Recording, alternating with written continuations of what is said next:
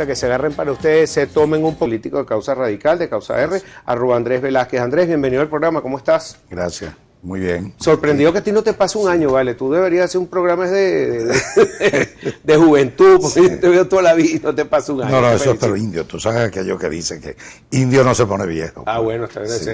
Las aguas que se toman por allá, Canaima, toda esa zona tan bella de Venezuela. Sí, mira, señor. Tenemos muchos temas de qué hablar, vamos a empezar por el tema social, que es un tema que tú siempre has llevado adelante, sobre todo en este momento, en todo lo que es la industria, de lo que ha sido del aluminio, del acero, de todo. ¿Cómo es la condición en este momento de todos estos trabajadores? ¿Qué están haciendo? ¿Cómo está la industria para que nos pongas al día? Gracias. Gracias, Pedro. Bueno, fíjate tú, pudiéramos hablar en general del tema social, que es muy grave lo que ocurre a nivel nacional con la gente que le falta medicina, con la gente que le falta comida, con la gente que tiene que hurgar en la basura para buscar comida. Bueno, la situación es verdaderamente trágica lo que se vive desde el punto de vista social. Pero a mí me gusta enfocar este tema social desde el punto de vista de los trabajadores. Muy bien. Primero porque tengo una relación muy fluida con el sector, además. muy cercana. A eso me he dedicado buena parte de mi vida como activista y luchador social. Y puedo decir que desde la perspectiva de los trabajadores, la situación social de Venezuela es la más caótica que podamos haber vivido en toda la historia laboral del país. Comenzando por el salario. El salario dejó de ser importante para el trabajador, porque hoy el salario no alcanza ni para comer, apenas alcanza en algunos casos para pagar el transporte o la inversión que hace el trabajador para acudir a la empresa. Cosa que ha obligado a muchos trabajadores dejar de ir a la empresa porque, bueno, lo que gana es prácticamente para pagar transporte. Pero hablemos de una zona que conozco, de un sector como la palma de mi mano, que es el de las empresas básicas de Guayana. Muy bien. Bauxilum prácticamente declaró un cierre técnico. El 93% de sus trabajadores prácticamente en la casa. No hay transporte para trasladarlos a la empresa. No hay comedor o comida que darle al trabajador. Y el trabajador, bueno, va prácticamente a perder el tiempo, a jugar cartas, a echar chistes, porque no hay materia prima, no hay insumo, ni hay nada para hacer ni mantenimiento ni producción de nada en la empresa Alúmina. En lo que va, claro, hace muchos meses, ya 4 meses, que no se produce ni 1 kilo de alúmina en Bauxilum, que era una de las empresas más es. importantes del mundo en producción de aluminio y de todo lo que se Así es. Entonces tenemos trabajadores que están prácticamente perdiendo el tiempo, se deterioró el salario, el hecho social más importante que era el trabajo perdió esa condición para el ciudadano. Y hoy, bueno, la gente está más pendiente de la bolsa o la caja del CLAP, de la limosna que el Estado da, y el Estado asusando o estimulando esa condición de dependencia, que la situación laboral. Es decir, pero lo que me preocupa es que tú estás dando como un parte de un Estado totalitarista, comunista, como si fuera la Unión Soviética. Eso es lo que estamos viviendo. Eso es lo que tenemos en el país. Y te hablo de otra empresa a la que le dediqué 14 años de mi vida como trabajador, que es Sidor. Bueno, Sidor prácticamente este año no ha producido una sola tonelada, ni media tonelada de acero líquido, ni planchones, ni nada. Y te hablo del Alcasa, que es la pionera del aluminio. Esa es una empresa que está liquidada. Cero Cabilla, cero... Sidetur, que era la otra empresa que fue estatizada y que dependía incluso de lo que le proveía Sidor en Palanquillas para producir, eso está prácticamente parado. ¿Y de qué están viviendo entonces todos esos trabajadores? ¿Cuántos serán? No, los trabajadores devengan el salario mínimo porque les resulta más barato a la empresa tenerlos en la casa, no llevarlos a la planta, porque no tiene que darle comida, no tiene que darle transporte, no tiene que darle primas de ningún tipo y sencillamente pagar. Se ha ido mucha gente de Puerto Ordaz. Absolutamente, y te hablo de otra de las empresas, la que yo siempre ponía, Pedro, como el ícono o el ejemplo de las empresas públicas del país, que era la vieja o el nombre viejo que tenía Edelca, que hoy se llama Corpoele. Bueno, esa es una empresa que quedó prácticamente liquidada, Pedro, liquidada. La gente, los profesionales se fueron o se han ido una buena parte, y hace poco ocurrió un hecho que solamente, bueno, en un estado totalitario y esclavista ocurre, como el caso de 8 trabajadores que renunciaron, técnicos de la planta, y por haber renunciado, creo que el mismo día, los 8, la empresa dijo, bueno, que eso eran enemigos de la patria, les abrió juicio por traición a la patria y los obligó a ir de nuevo a la planta, al trabajo. Y no hablemos de la industria petrolera. Pero el trabajador no se supone que se están cerrando todas estas plantas porque es una explotación al obrero. En este caso, ¿qué sería? Bueno, en este caso es prácticamente esclavitud hacia el trabajador como la condición laboral, y por otra parte es definitivamente el mejor ejemplo, la mejor demostración del fracaso de este modelo económico, político, social que se instauró en Venezuela. Destruyeron los sindicatos, no hay organización laboral, lo que hay son grupos de esquiroles organizados que le responden al PSV. Lo que ocurrió ahorita con el presidente o el secretario general del sindicato de Corpoele, de aquí de Vargas, que le abrieron juicio y lo llevaron preso, no recuerdo su nombre ahorita, por haber alertado sobre la situación de deterioro y la falta de mantenimiento. Podía ocurrir o pueden estar ocurriendo apagones, entonces dijeron nada, que el tipo está conspirando. Y todas estas empresas eran productoras de divisas que entraban al país. Así es. Entonces, ¿cuál es, en conclusión, el fenómeno que tenemos desde el punto de vista social? Y lo ejemplifico con el tema laboral. El salario no alcanza ni siquiera para medio comer. El salario que en un trabajo decente tiene que alcanzar para comer, para adquirir vivienda o para dar educación y para brindar salud a la familia, eso no existe, y todo eso tiene que ver con los médicos que se nos van, sí. Que por cierto hay un video que se ha hecho viral en redes de una señora en Chile, una chilena, que dice: qué buenos estos médicos. Muy bonito. Y yo te lo puedo decir, yo estoy orgulloso de hablar de los médicos formados en nuestras universidades, de la Universidad de Oriente.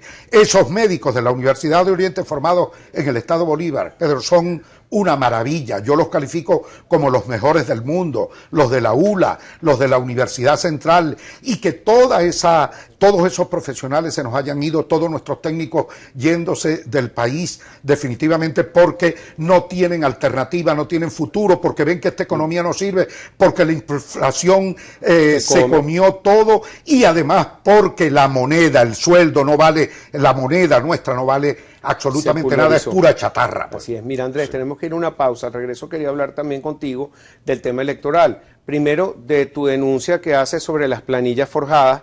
Tuvimos la semana pasada a otro candidato a esas alcaldías, Olivares, que denunció migración electrónica de algunos votantes, y en este caso de tus planillas. ¿Cómo eso y cómo se demuestra eso con esta situación que se habla de la transparencia o no que tiene el juego trancado ante estas elecciones que están por venir? Que por cierto, a lo mejor se cambian la fecha y ya tenemos algunos candidatos para que tú me hables que siguen postulándose a estas elecciones presidenciales, vale, que no son de la MUD. Ya regresamos con más para ustedes, con Tony Pensini, Globovisión.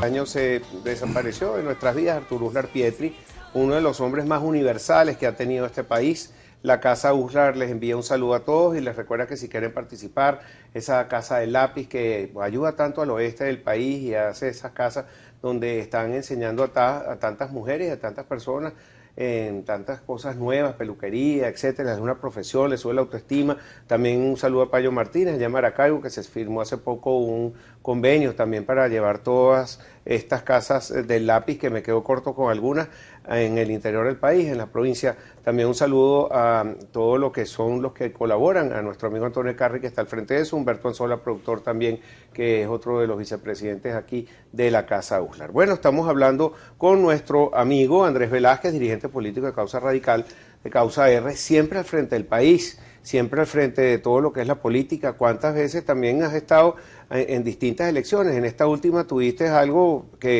bueno, hiciste unas denuncias, yo creo que las digas aquí, que fue lo que dijiste, sí, de unas planillas electorales que se forjaron, sí, y que las presentaste a fiscalías. Cuéntame cómo va eso. Bien, bueno, que abordamos este tema porque yo creo que hoy, sin lugar a dudas, el caso más emblemático, el caso que nos da más autoridad moral para decir que ese Consejo Nacional Electoral no tiene ninguna calificación ni ética ni moral para conducir un nuevo proceso electoral en Venezuela, precisamente se sustenta en el fraude que le fue cometido al pueblo del Estado Bolívar.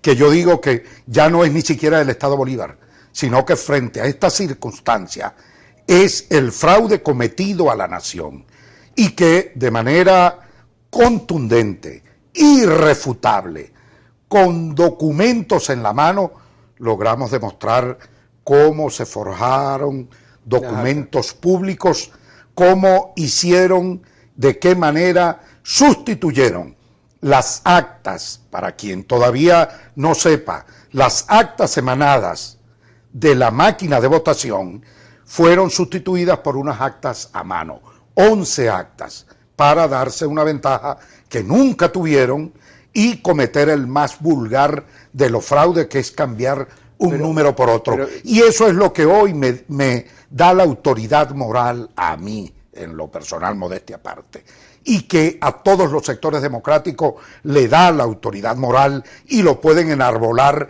como un estandarte de reclamo democrático, y para refutarle y enrostrarle a este Consejo Nacional Electoral, que está preparando unas elecciones presidenciales, y decirle por qué, o preguntarle por qué no le responden al pueblo del Estado Bolívar.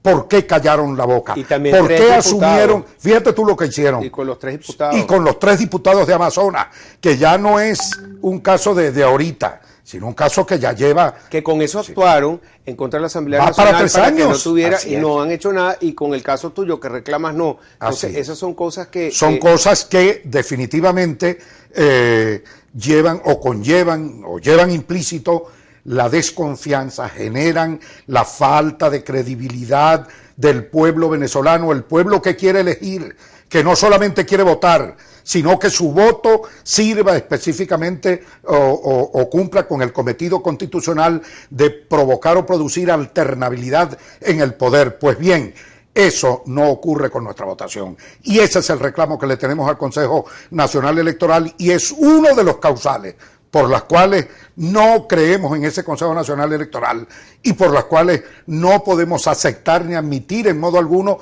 que esta gente sea quien conduzca un nuevo proceso electoral. Tengo una noticia de último momento, Globovisión, página principal, CNN, más de 20 millones de venezolanos podrán participar el 22 de abril en las presidenciales.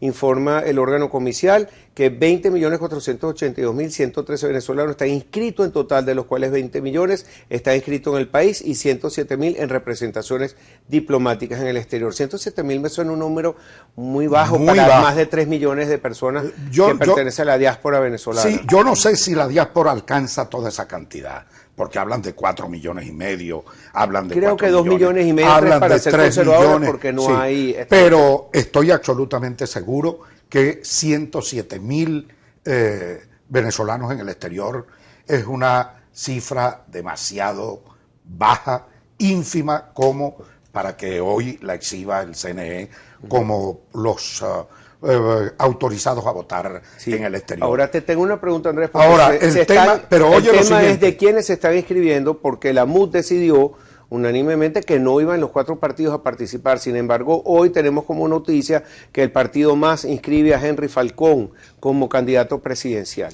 Bueno, fíjate tú, hay una cosa que yo quiero compartir. No se firmó en República Dominicana, ningún acuerdo. El acuerdo ese de rendición que quería el gobierno que se firmara. Con lo cual yo digo, se le propinó una derrota política a Nicolás Maduro, porque el plan de Nicolás Maduro, a través de Zapatero y a través de Jorge Rodríguez y su hermana, sencillamente lo que querían era que firmáramos un acta de rendición allí. Eso no se logró, no lo logró Nicolás Maduro y su combo. Entonces, todavía se viene aquí y se sigue hablando y hablando sobre la posibilidad hasta de dar un mes. Están hablando de que el gobierno puede dar hasta un mes si logra que efectivamente tenga un candidato que le valide, candidato de la unidad, que le valide o le convalide el fraude electoral. Porque yo quiero comunicar a todo el país lo siguiente: este proceso electoral, en estas condiciones, no se puede acompañar. Nadie, ningún demócrata que de verdad esté pensando en enfrentar este antidemocratismo, este totalitarismo que existe en el país, no puede estar pensando que en las condiciones actuales, como las pretende la ANC y el Consejo Nacional Electoral, que primero la convocatoria es írrita, porque no tiene facultad esa Asamblea Nacional Constituyente para venir a convocar. Luego están convocando de manera atropellada y anticipadamente un proceso electoral que no cumple con todas las condiciones establecidas ni en la Constitución ni en la ley para garantizarle al pueblo que no solamente vote, sino que su voto pueda elegir. Porque aquí prácticamente lo que tenemos es que una usurpación del derecho a elegir por parte de Maduro, por parte de la ANC y por parte del CNE, que no dan condiciones para liderar. Otra noticia, Globovisión, última hora: canciller de Uruguay, Venezuela va hacia el gobierno de partido único. Rodolfo Nin Noboa, para dar la fuente, aseguró que la venezolana es una elección casi de partido único que a nosotros nos preocupa. Así es. O sea que eso va muy en línea con tus palabras. Y por eso cuando hoy decimos que eso no se puede acompañar, le queremos anunciar al país, y en ese esfuerzo estamos absolutamente involucrados varios factores, y en lo personal muy trabajando a tiempo completo esto, la necesidad de construir ese gran frente o esa gran alianza o ese gran encuentro de unión nacional democrático por la democracia. Es el que se llama Frente Nacional Democrático, algo así, ¿Y están ustedes Frente Democrático ahí? Nacional. Causa Sí, R. allí estamos. Y ¿La MUD está participando ahí? todos los factores que se integren, pero queda claro que esto no es ni la MUD, ni va a ser un apéndice de la MUD, ni puede estar secuestrado por la MUD, ni por ningún partido político, porque aquí está presente la Iglesia, los gremios profesionales, los gremios de empresarios, las academias, con industria, con Comercio, las academias, las universidades, los trabajadores, todos los factores del país democrático que se le paren firme, con carácter a esta.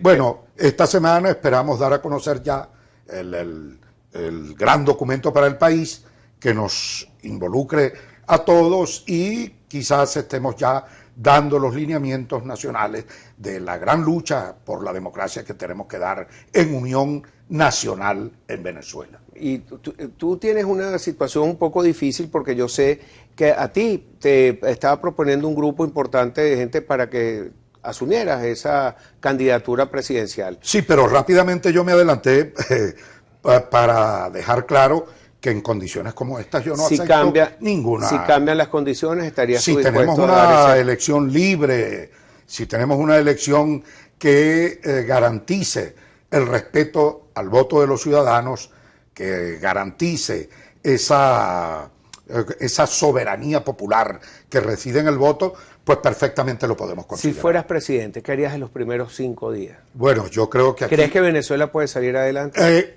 Pero de manera clara y concreta. Y te estamos proponiendo 5, que los podemos contar con los dedos de la mano, 5 acciones urgentes para recuperar el tema económico, para liquidar la hiperinflación y para poner este país que tiene tanto potencial a empujar hacia adelante, mientras los aspectos estratégicos, como el tema laboral y como el tema de la educación, que es en mi opinión donde debe descansar o deben ser los cimientos de la recuperación de la grandeza de esta Venezuela hermosa que todos queremos, yo diría que, uno, el tema del control de cambio, liquidarlo abiertamente.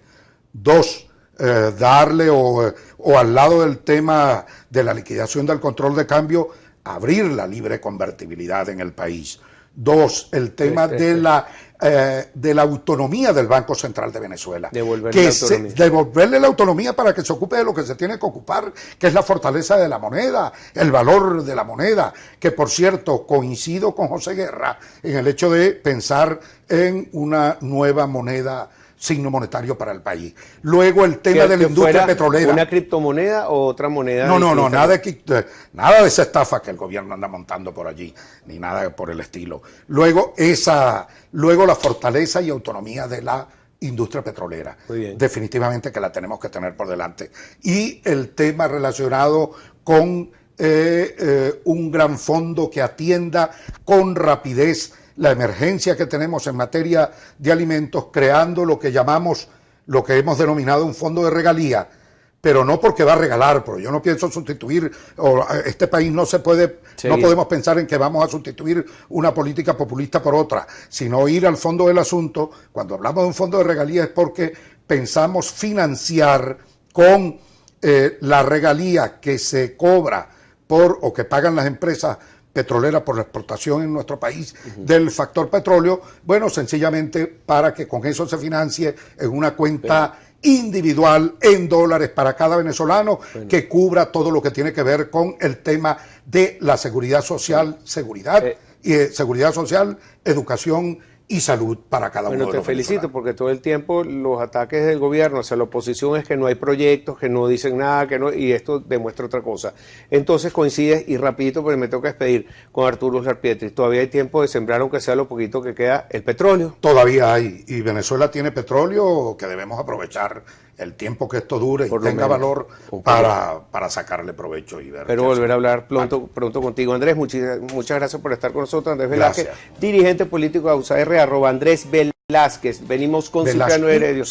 Velázquez Z. Andrés Velázquez, la letra Q y la letra Z. Ya regresamos con ustedes aquí en Coto y Pecini Globovisión.